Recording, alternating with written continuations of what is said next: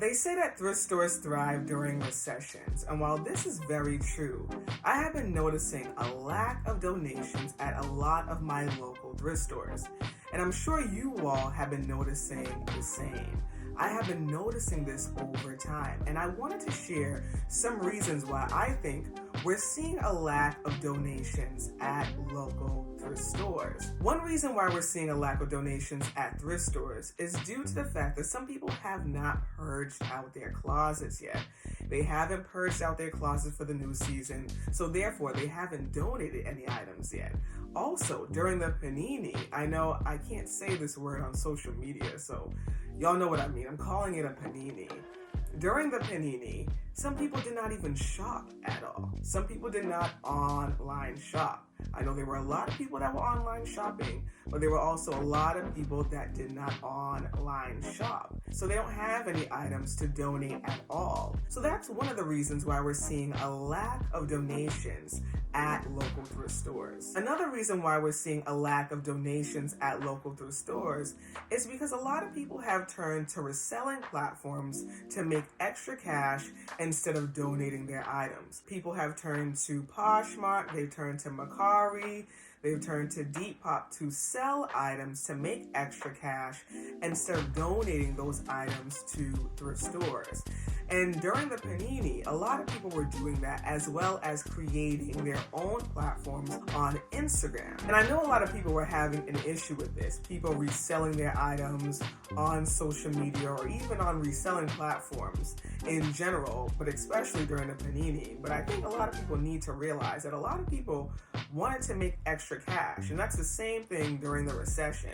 A lot of people are turning to these reselling platforms to make extra cash. And maybe some of those people donated items to the thrift store, but now, since we were in the panini in 2020, they were unable to do that, and they turned to Instagram and maybe other reselling platforms online to make extra cash. And they probably have decided, you know what, I have been doing that during the panini. I'm going to continue to do that during the recession. And that's one of the reasons why we are seeing a lack of donations at thrift stores. Instead of donating those items, people have decided to resell those items for extra cash.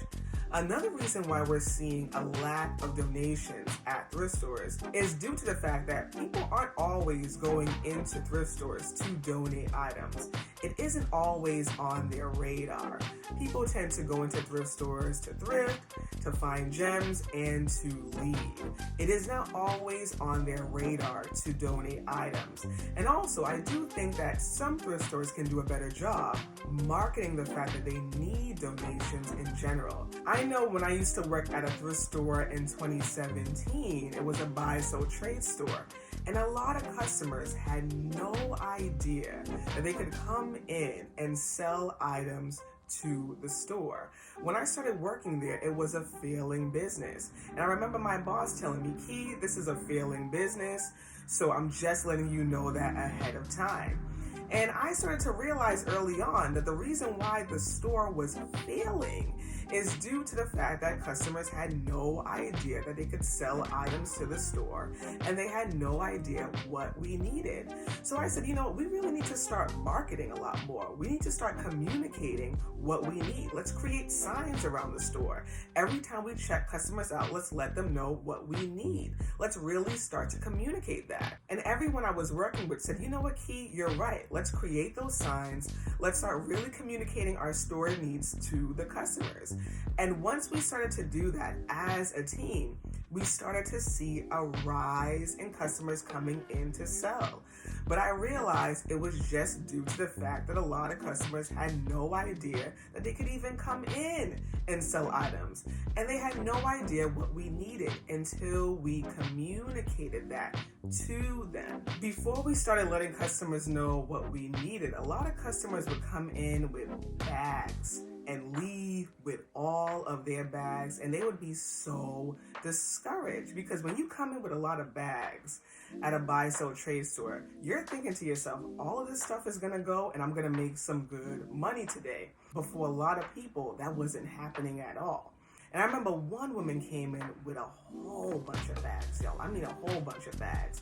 So in her mind, she's thinking, I'm going to make some money today. And she left with all of her bags.